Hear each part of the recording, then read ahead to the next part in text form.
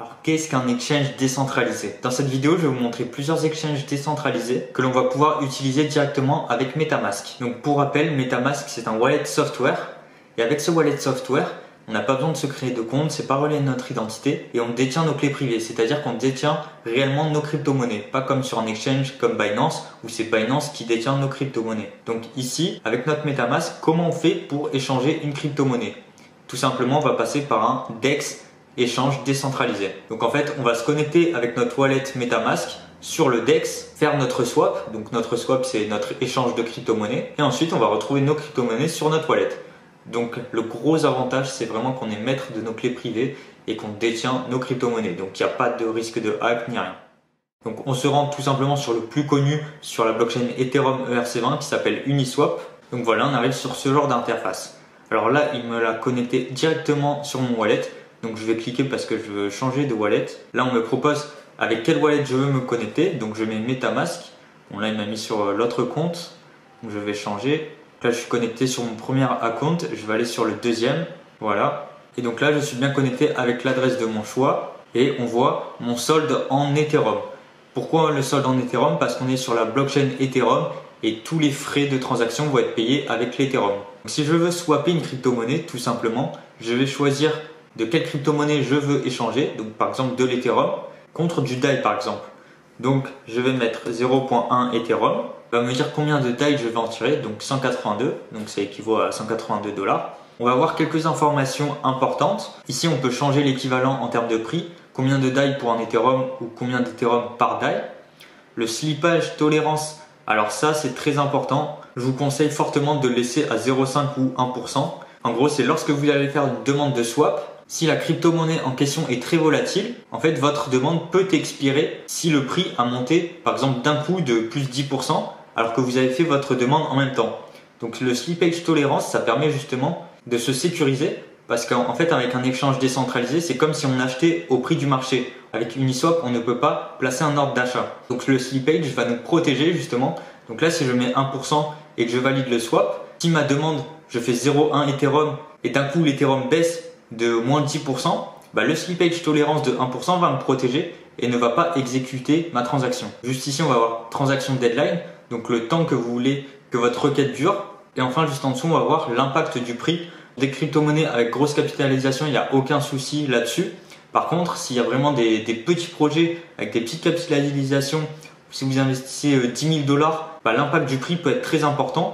Peut aller de 5-10%, donc c'est énorme. Donc en gros, c'est vous, la baleine de cette crypto-monnaie, qui allez faire bouger le prix. Et juste en dessous, on a les frais Ethereum. Donc si cette requête me convient, je clique sur Swap, confirmer le swap. Et là, justement, il y a mon petit MetaMask qui s'ouvre et qui va me dire si je confirme ou rejette la transaction. Donc c'est l'avantage d'être sur Google Chrome, c'est que tout est automatique. Avec la petite extension Chrome, ça s'ouvre automatiquement. On confirme ou on rejette et c'est fait. Donc une fois confirmé, on ne peut pas revenir en arrière. Donc là, je vais faire rejeter. Un autre exchange décentralisé sur la blockchain ERC20 Ethereum, ça va être Matcha que j'utilise énormément. Alors tout simplement, je veux acheter de l'Ethereum par exemple. Voilà, je trouve l'interface beaucoup plus ludique. On a une petite courbe d'évolution sur une semaine, sur un mois. On choisit le token en question, par exemple du DAI contre de l'Ethereum. Sur Matcha, on peut même mettre sur certaines paires Ethereum des ordres limites. Et généralement sur Matcha, les frais sont un peu moins élevés que sur Uniswap.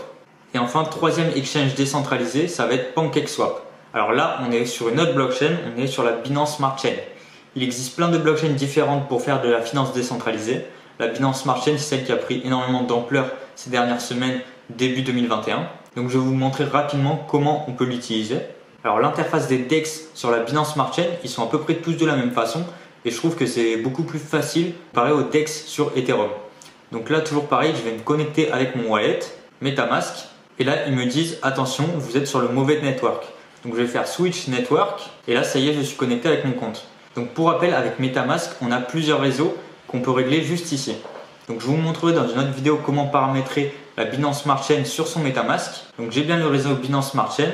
Et donc je peux me connecter directement à PancakeSwap. Donc rapidement, si on veut faire un swap, on va se rendre dans Trade, Exchange. Quel token je veux échanger contre quel token. Après, on va pouvoir farmer des tokens. Donc farmer, c'est en fait, on va apporter de la liquidité sur une paire. Donc par exemple ici, le cake contre du BNB.